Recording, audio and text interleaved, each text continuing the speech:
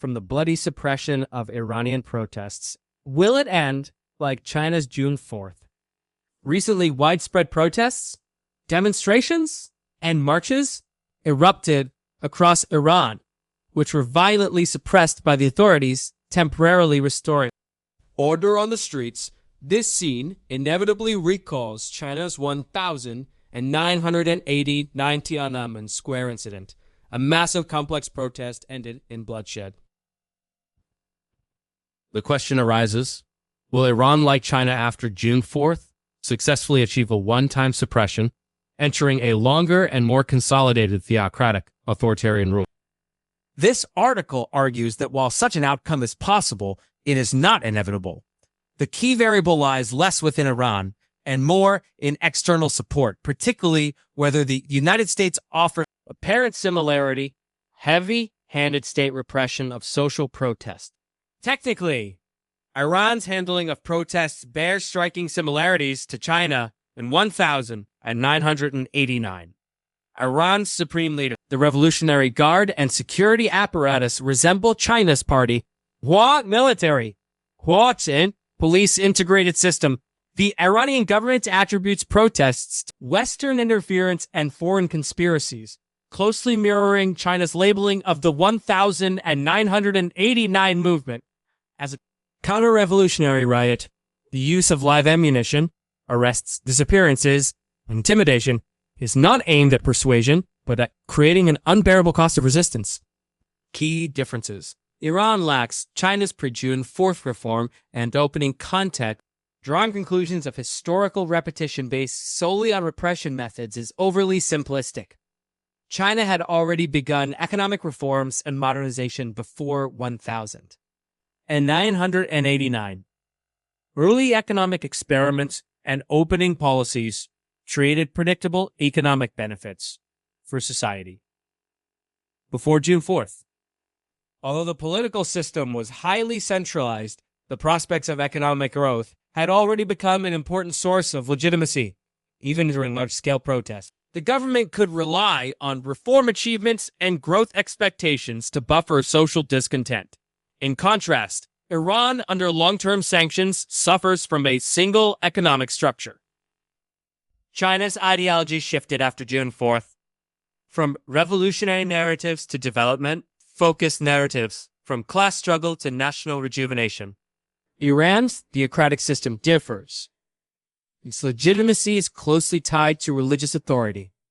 So, it cannot realistically secularize, and once faith in the system collapses in 1989. China was at the end of the Cold War, with the United States' strategic focus shifting elsewhere. Despite strong Western moral condemnation, the choice quickly became engagement, rather than confrontation. Sanctions were limited and brief. China was still seen as a potential partner, and there was no substantive deterrence or intervention. Decisive variable, whether external support moves from words to action. Whether Iran will see a June 4th style outcome largely depends on whether external support is real, especially the U.S. stance moral support. Condemnations. Statements. Sanction lists. Alone is insufficient. Those in power have already factored these costs into their calculations. Words alone cannot deter tank, guns, or prisons. What could truly change? The trajectory is substantive. Support credible deterrence, signaling that escalated violence will bring unbearable consequences.